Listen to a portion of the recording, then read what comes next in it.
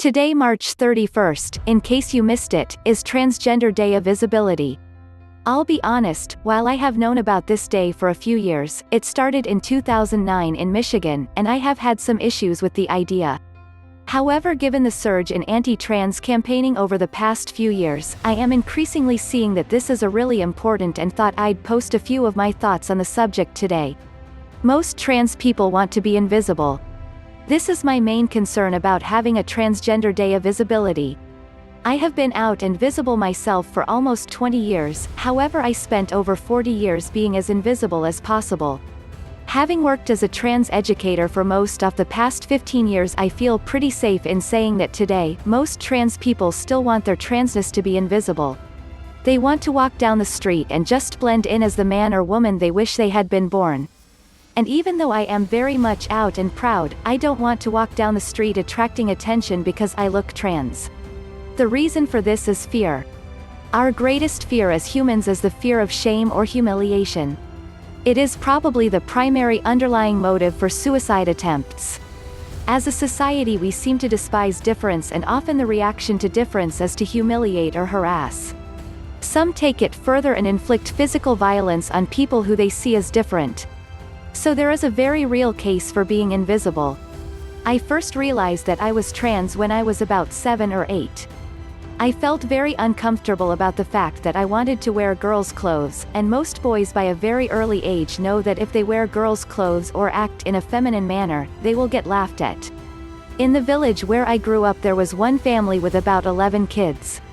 They didn't have much money, so the younger kids wore clothes handed down from their older siblings. One boy, about my age, came to school one day wearing a pair of his sister's knickers. Unfortunately, it was a day for PE, and when he got changed into his shorts, someone noticed the knickers and started making fun of him. The other boys quickly joined in like a pack of baying hyenas, and I watched as he stood there terrified and humiliated. I didn't dare jump in to defend or help him because I was scared that I would get picked on as well. Instead, I just stood and watched, feeling sick. From that day, I knew that my secret had to remain just that, a secret. But things are changing in an unexpected way. More and more trans people are now identifying, not as men and women, but as neither men nor women. They are using labels such as non-binary or androgynous, or genderqueer, or any of 50 or more different labels, with more being added daily. I know, really confusing, even for trans people. This is what is going to change things. It is very hard to celebrate Transgender Day of Visibility when I want to be invisible or not noticed or just blend in. But that is only a problem when everyone else conforms to a gender stereotype of either male or female. If a high proportion of people do not conform to those stereotypes, then it's much easier and safer to be visible. Is everyone who does not conform to gender stereotypes transgender? Not at all. In fact, most people who do not conform are probably not trans. They may be lesbian, gay, bi, trans, or just gender non-conforming. The problem here is that people are often frightened to be visibly non-conforming because they fear that they will be perceived to be lesbian, gay, bi, or trans.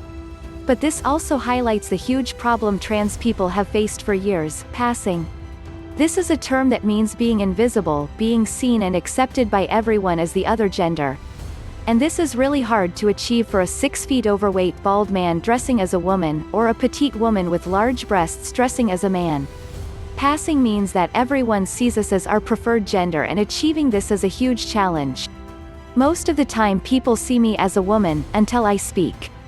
I made a decision that I would not even try to create a female-sounding voice. I am a speaker, but that means that I have to be visible as a trans woman. Actually, I would find it much easier to identify as neither male nor female, to identify as non-binary, and it looks as if that it likely to be a legal option in the not-too-distant future. A growing trend towards non-binary. However, whilst the growth in the number of people identifying as non-binary is making the idea of Transgender Day of Visibility easier, it is not without problems. Most people assume that transgender people are people who want to undergoing surgical and hormone treatment to physically change their bodies. The reality is that most trans people do not have surgery. Most don't even permanently change gender because they are too afraid to come out and become visible. Those trans people who do undergo gender reassignment surgery are very happy with the gender binary. In fact, they often conform to the extremes of gender stereotypes. When I was at university, the debate about offering people an alternative on forms to male or female raged on and on, with no resolution. There have been countless attempts to introduce third gender pronouns with no success. Some countries have now introduced a X marker for passports. Not everyone likes this, and it's not clear what will happen in the UK and the EU. So for me, the importance of Transgender Day of Visibility is not just for trans people to be visible, but for as many people as possible to challenge gender stereotypes. The more people there are who do not conform to the gender binary of male or female, the easier it will be for all LGBT+ people blend in and become visibly invisible. About the author.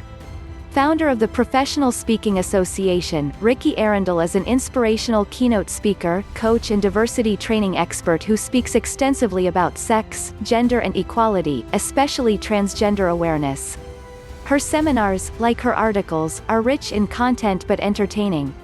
Discover how Rikki can help your organization at genderspeaker.com. Article source: https://ezinearticles.com/expert/Rikki_Arundel/13670.